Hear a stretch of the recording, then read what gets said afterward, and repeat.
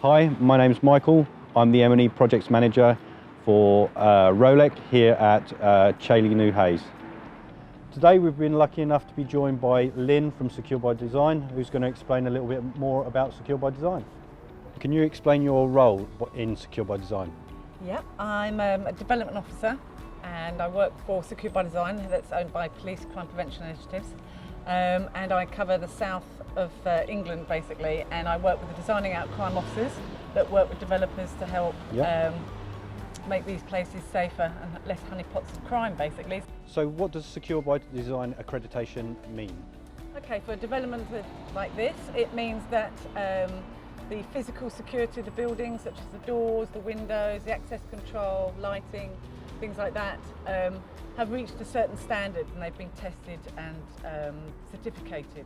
So what makes Urmet 2 Smart Panel SBD accredited? Okay, well the panel itself is tested within a Secure by Design accredited door set to LPS 1175, security rating 2. It's also UL 293, so it's got double whammy if you like on the security front. So member companies have to have, as I said, if there is a test and certification for any kind of product standard, then they have to have it. So to come on board, Urmet had those tested, and now they've got several products, but the 2 Smart is the one they've got here today, which has both accreditations. So can you tell me why Secure by Design collaborated with UL to create UL 293 accreditation? Yeah, UL 293 basically was created due to the fact there was no other certification testing out there for access control systems, but especially door entry panels. So can you tell me what makes this lobby secure? Okay, well we've seen the access control coming through from the outside and the standard of the door. You've got the CCTV as well, which is great for covering the mailboxes here. The lighting's great. It's white lighting, which I love. It's great for light rendition for the eyes, and the access control as well. So you can't get through this lobby through to the residential areas past here. Shall we go through to the lift lobby? Yeah, good. Access granted.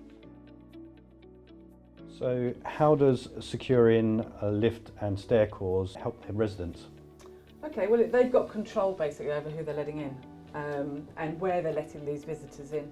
And also where they're allowed to go. Obviously they can go to management and get access to more floors. So it helps prevent antisocial behaviour. So you don't get people running around the stairwells, up and down the corridors. You do have elderly residents in blocks of flats, vulnerable people, who want to be able to know that they can roam down their corridor and feel safe that they're not going to bump into a total stranger off the street.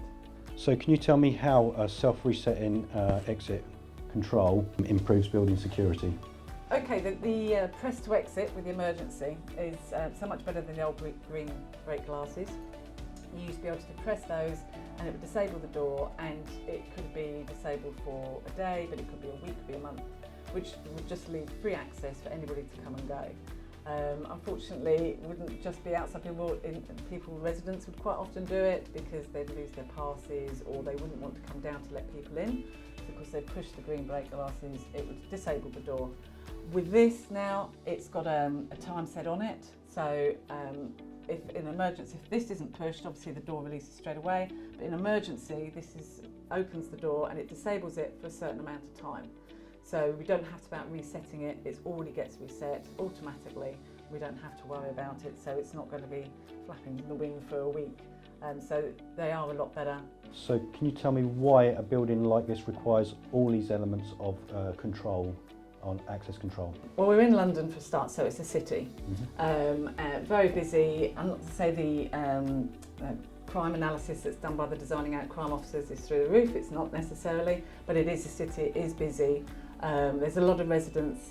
In this building in particular, it's over 25 units. This block in particular, where we are today, has those extra measures just to make it a bit more secure and safe. It's just nicer for people to live and for the kids to play and feel safe inside the building as well. They have the control over it, as I've mentioned, which I think is great because it gives it back to them. They have control and they can police their own buildings, and the management agents and whoever cares for the building, the actual products that go in, because of the standards, they're made to last as well. So